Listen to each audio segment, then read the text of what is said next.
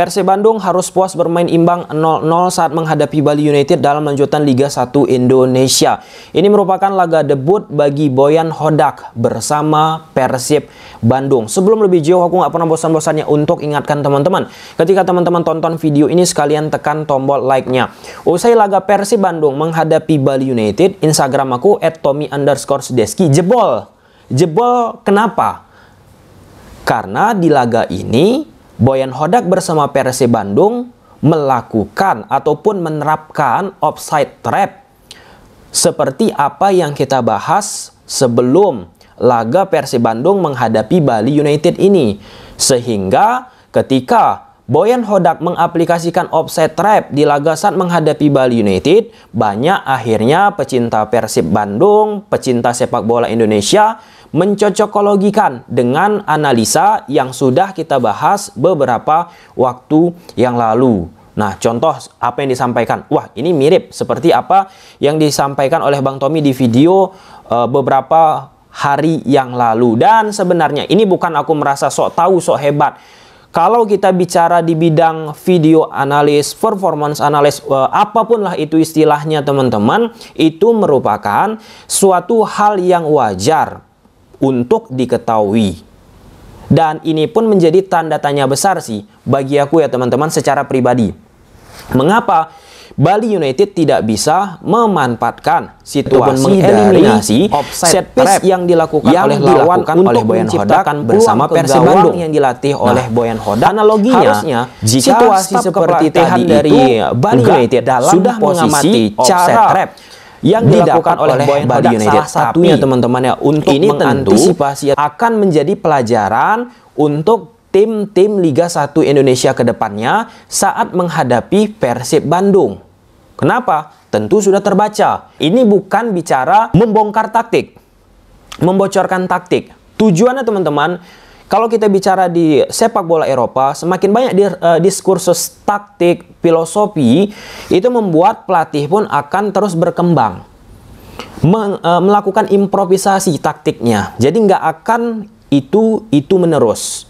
Sehingga kalau kita bicara sepak bola Eropa, taktik Pep Guardiola bersama Man City yang sering dibahas per minggu setiap Man City bertanding, lihat, banyak akhirnya improvisasi-improvisasi yang dilakukan oleh Pep Guardiola bersama Man City. Semakin banyak improvisasi-improvisasinya, kita lihat apa yang dilakukan oleh Pep bersama Man City.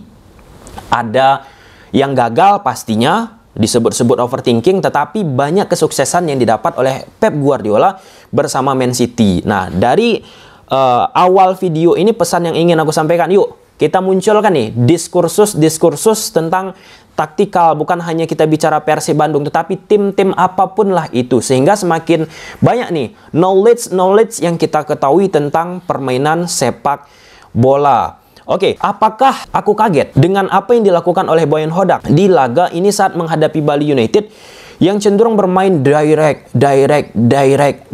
Kebetulan 3 tahun yang lalu teman-teman, secara kontinu kanal YouTube ini melakukan analisa terhadap permainan dari Boyan Hodak bersama PSM Makassar. Oke. Ya, apa yang ditampilkan oleh Boyan Hodak kala itu secara style of play, kemudian kita tarik ia menjadi pelatih Kuala Lumpur, dan kebetulan PSM Makassar pernah berjumpa dengan Kuala Lumpur, dan aku juga sempat melakukan analis terhadap pertandingan tersebut. Dan kita tarik lagi jauh saat Persib Bandung menghadapi Bali United, ya nggak kaget aku. Memang seperti itulah. Kalau kita bicara, ambil istilah dari pengamat-pengamat sepak bola yang ada di Malaysia teman-teman, Boyan Hodak ini permainannya konservatif. Seperti yang sudah juga kita bahas ketika Persib Bandung mengumumkan Boyan Hodak. Konservatifnya seperti apa? Nggak usah aku jelaskan berulang-ulang. Ya seperti yang kita saksikan tadi. Mungkin ada yang mengatakan cenderung monoton, tetapi itulah dia. Nah, di situasi seperti itu, memang harus ada karakter pemain yang sesuai dengan karakter permainan, ide, gagasan yang dimiliki oleh Boyan Hodak. Kebetulan terakhir teman-teman, ketika aku menyaksikan PSM menghadapi Kuala Lumpur, salah satu kemampuan yang dimiliki oleh Kuala Lumpur selain daripada permainan cepat yang mereka miliki, dan di laga ini pun cepat banget kan, Persib Bandung khususnya dari transisi, adanya pemain-pemain yang berani melakukan tusukan, yang mempunyai skill individual, dan dari sisi distribusi bola kuat. Itu dimiliki oleh Boyan Hodak di Kuala Lumpur. Nah, untuk situasi sekarang ini, bisa kita katakan di lini tengah Persib Bandung itu berhasil dieliminasi, dikunci oleh 3 pemain tengah dari Bali United. Sehingga ketika 3 pemain tengah dari Persib Bandung dieliminasi, digembok nih. Opsi yang akhirnya dilakukan oleh Persib Bandung, direct ataupun memanfaatkan bola diagonal ke sektor kiri ataupun ke kanan. Direct ini umpannya tujuannya teman-teman ke back line, ke belakang garis pertahanan Bali United. Oke, kita lihat dulu ya dari grafis taktikal apa yang terjadi di atas lapangan. Nah, ini sumbernya dari lapangbola.com. Persib Bandung bersama Boyan Hodak gunakan pola 1-4-2-3-1. Di belakang ada Fitrul, Putu, Nico Wivers, Alberto, Edo. Di laga ini teman-teman, aku apresiasi apa yang dilakukan oleh Alberto Rodriguez. Sempat kemarin banyak kritikan, ya di laga ini kalau misalnya kalau misalnya terciptalah satu gol lewat heading yang ia lakukan tadi, mungkin notifikasi Instagramnya pun jebol tuh. Edo Febriansah belum sih ya dalam peak performance dimiliki oleh Edo Febriansah kalau kita komparasikan kala Edo Febriansah bermain di Rans Nusantara.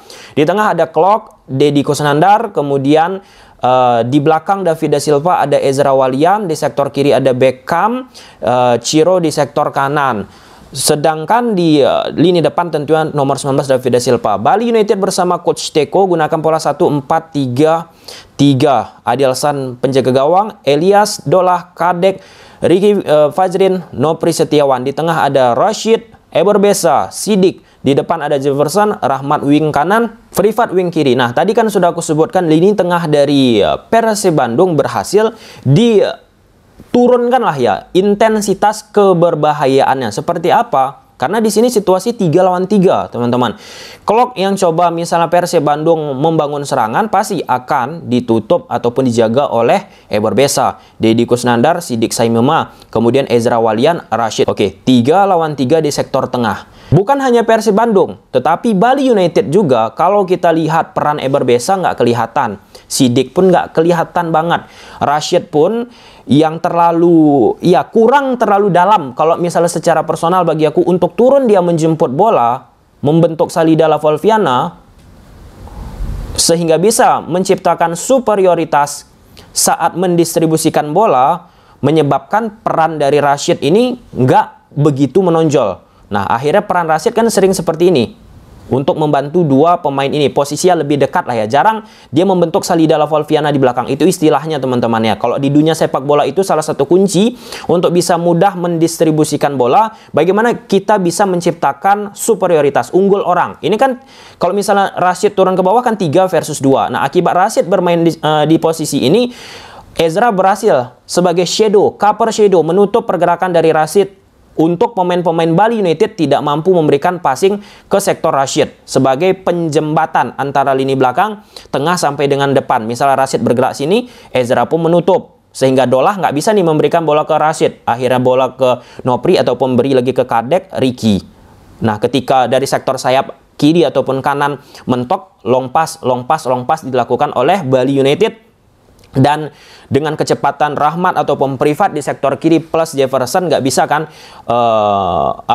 membongkar kuatnya pertahanan Persib Bandung di laga ini, yang kalau kita lihat di laga-laga sebelumnya di awal-awal pertandingan itu rawan kebobolan. Nah, di sektor tengah pun tadi sudah aku sampaikan bahwasanya pemain-pemain Persib Bandung pun saat mendistribusikan bola Putu, Edo teman-teman, bisa kita lihat Deddy ditutup Sidik, Eberbesa ditutup Klok, Rashid menutup posisi Ezra. Nah, ketika di atas lapangan sering juga akhirnya kita lihat passing-passing cantik dilakukan oleh Alberto, Nick.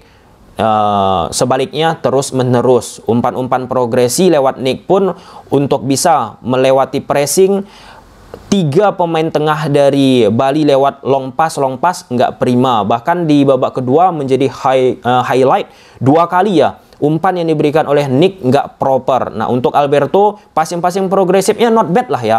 Bisa memberikan efek kejut terhadap pertahanan yang dibentuk oleh Bali United. Kemudian yang kedua jelas, Persib Bandung memanfaatkan proses transisi sehingga berkorelasi dengan hasil ball position. Ball position Persib nggak dominan, hanya 51%. Dan dari situasi counter pun kan banyak menciptakan peluang, tapi efektivitas di depan gawang nggak proper. Lini belakang di laga ini terperbaiki, tetapi di lini depan nggak klinis banget. Nah, untuk 2 laga terakhir Persib menghadapi Bali, Persib menghadapi Persik, memang lini depan ini teman-teman yang harusnya bisa kill the game ataupun menciptakan sebuah gol, nggak bisa diciptakan gol oleh pemain-pemain Persib Bandung. Oke, kalau kita lihat di situasi laga ini, memang keberuntungan tidak ada di milik Persib Bandung. Kalau kita lihat dari upaya yang coba, determinasi, fighting spirit yang dilakukan oleh pemain-pemain Persib Bandung. Bali United pun dengan hasil 0-0 ini not bad sih,